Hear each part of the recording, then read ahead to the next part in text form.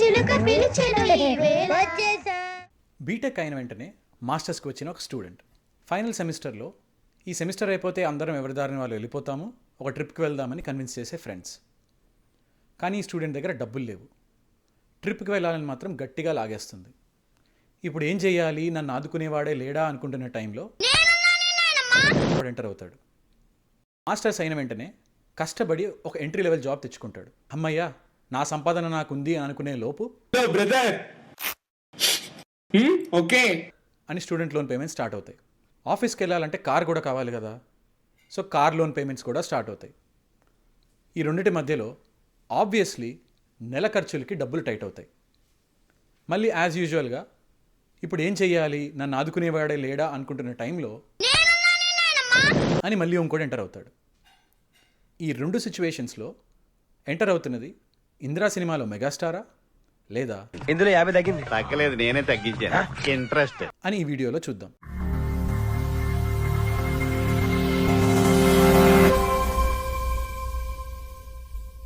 Hey guys, ఇది నా 26 week ఛాలెంజ్లో ఫస్ట్ చెక్ పాయింట్ వీడియో. ఈ 26 వీక్ ఛాలెంజ్ అంటే ఏంటి, ఎందుకు చేస్తున్నాను అని నా ఫస్ట్ వీడియోలో డిస్కస్ చేశాను. ఒకవేళ చూడకపోతే తప్పకుండా చూసేయండి, వీడియో లింక్ డిస్క్రిప్షన్లో ఉంది. Okay, back to the topic. Video స్టార్టింగ్లో మాట్లాడుకున్న రెండు సినారియోస్లో ఒకడే common saviour, and away zero intro APR credit cards. నా 26 వీక్ ఛాలెంజ్కి ఈ క్రెడిట్ కార్డ్ టాపిక్కి ఏంటి సంబంధం మీరు అనుకుంటుండొచ్చు. As they say, first step towards progress is to realize that you have a problem అని. And I did have a credit card debt problem. Thankfully it's all paid of.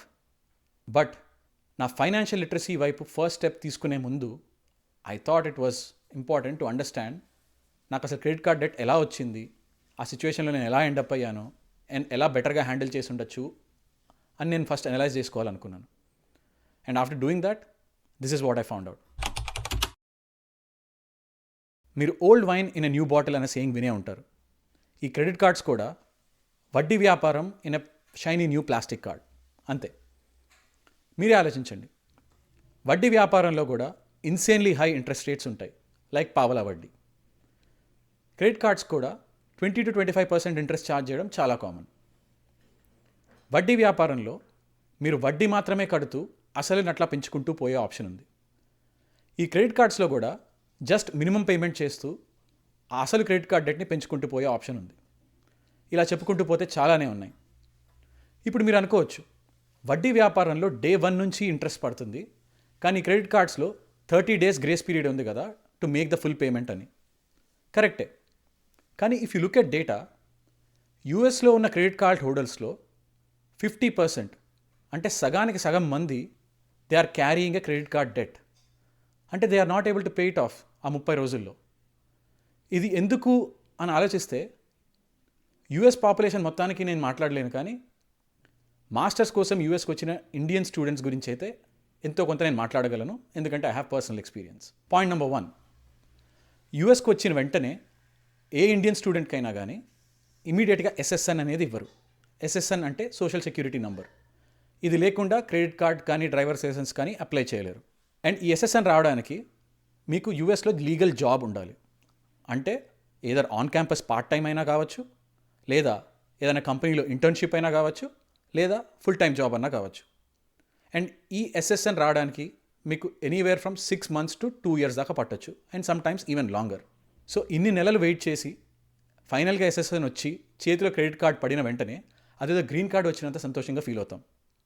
ఆ సంతోషంలో ఈ credit కార్డులో spend చేసే ప్రతి $1 అప్పు, సరిగ్గా ఖర్చు పెట్టకపోతే మన డప్పు పగిలిపోద్ది అన్న సంగతి మర్చిపోతాం.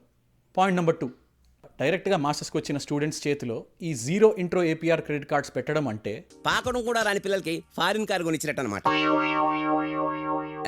అర్థం కాలేదా? ఓకే. మీరు అర్థం చేసుకోవాల్సింది ఏంటి అంటే, ఈ క్రెడిట్ కార్డ్స్ మీకు ఇచ్చేది అప్పు కాదు, they are selling you a lifestyle. For example, మీకు 1 year పాటు ఇంట్రెస్ట్ ఫ్రీ మనీ ఇస్తానని ఎవడైనా చెప్తే మనం ఫస్ట్ మంత్ మేబీ రెస్పాన్సిబుల్గా ఉంటాము, లేదా 2 months or at the max 3 months.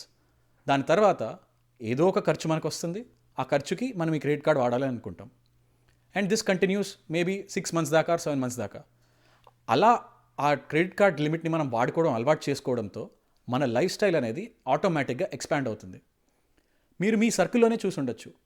ఒక 1-2 జనరేషన్స్ బాగా రిచ్గా ఉన్న ఫ్యామిలీ సడన్గా ఆ రిచెస్ తగ్గడం మొదలుపెట్టిన తర్వాత they find it very difficult to scale back their life style. దానివల్ల వాళ్ళకు ఉన్నదన్నీ అమ్ముకోవాల్సి వస్తుంది. ఈ క్రెడిట్ కార్డ్స్ విషయంలో కూడా మెజారిటీ కేసెస్లో జరిగేది అదే. ఒక 5 to 6 months పాటు మీకు ఇంట్రెస్ట్ ఫ్రీ మనీ ఉండడంతో మీరు ఆల్మోస్ట్ ఆ క్రెడిట్ కార్డ్స్ మ్యాక్స్ అవుట్ చేసే పరిస్థితి ఉంటుంది. అండ్ వన్స్ ఆ సిచ్యువేషన్ రీచ్ అయిన తర్వాత మీకు తెలుసు మీ దగ్గర డబ్బులు లేవు అని, కానీ ఆ లైఫ్ స్టైల్ని స్కేల్ బ్యాక్ చేసుకుని ఆ అమౌంట్ని పే బ్యాక్ చేయడం అనేది it becomes even more difficult. So ఇందుకే యూఎస్లో ఉన్న 50% పీపుల్ ఆ క్రెడిట్ కార్డ్ డెట్ అనేది పే బ్యాక్ చేయలేకపోతున్నారు. And this is where the credit card companies are making money. So మీరు మాస్టర్స్కి కొత్తగా వచ్చినా లేదా అప్పుడే మాస్టర్స్ అయిపోయినా కానీ ఈ జీరో ఇంట్రో ఏపీఆర్ క్రెడిట్ కార్డ్స్కి ఎంత దూరంగా ఉంటే అంత మంచిదని నా ఒపీనియన్. ఒకవేళ తప్పనిసరి సిచ్యువేషన్స్లో మీరు ఆ కార్డ్ తీసుకోవాల్సి వచ్చినా కానీ దానిలో స్పెండ్ చేసే ప్రతి డాలర్ని మీ రూమ్మేట్ దగ్గర అప్పు తీసుకున్నట్టు ఫీల్ అవ్వండి. మీరే ఆలోచించండి. రూమ్మేట్స్ అంటే ప్రతిరోజు ఒకరి మొహం ఒకరు చూసుకోవాలి. అలాంటి రూమ్మేట్ దగ్గర మీకు అప్పు ఉంది అనుకుంటే ఆ రూమ్మేట్ని చూసిన ప్రతిసారి మీకు అప్పు గుర్తొస్తుంది. సో ఆ క్రెడిట్ కార్డ్ని చూసిన ప్రతిసారి కూడా దానిలో ఉన్న అప్పు మీకు గుర్తొచ్చేలా చూసుకోండి. నా పర్సనల్ స్టోరీకి వస్తే I hardly had 1 to 2 years of bad credit card spending.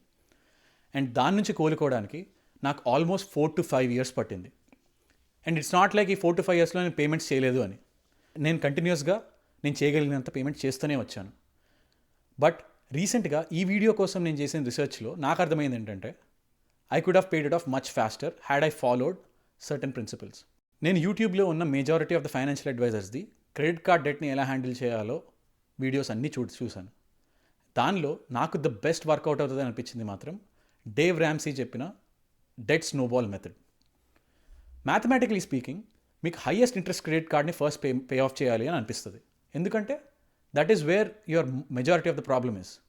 కానీ డేవ్ ర్యామ్సీ ప్రపోజ్ చేసే మెథడ్లో he asks you to attack the lowest amount of credit card debt first and మిగతా వాటిలో ఓన్లీ మినిమం పేమెంట్స్ చేయమని చెప్తారు. ఆయన చెప్పేది ఏంటి అంటే హ్యూమన్స్ ఆర్ ఎమోషనల్ బీయింగ్స్. మనకి క్రెడిట్ కార్డ్ డెట్ అమౌంట్ తగ్గడం కంటే ఒక క్రెడిట్ కార్డ్లో డెట్ వ్యానిష్ అవ్వడం it works wonders. So lowest అమౌంట్ని ఫస్ట్ పే ఆఫ్ చేస్తే కనుక you start easy. Me wallet మీద ఇనీషియలీ తక్కువ స్ట్రెస్ పడుతుంది.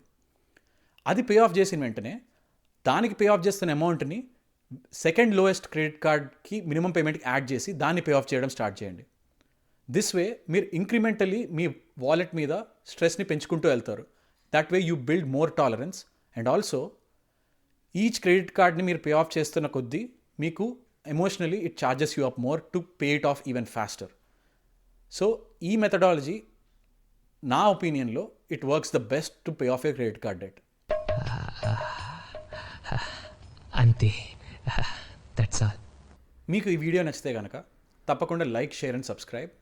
అండ్ మీకు తెలిసిన వాళ్ళలో ఎవరికన్నా ఈ వీడియో హెల్ప్ఫుల్గా ఉంటుంది అనిపిస్తే కనుక వాళ్ళకు కూడా తప్పకుండా షేర్ చేయండి. నా 26 week ఛాలెంజ్లో ద అదర్ 2 pillars, ఒకటి book reading and the other one fitness. వీటి రెండింటి మీద కూడా I will be making videos soon. దానికోసం stay tuned. Until then take care. Thank you.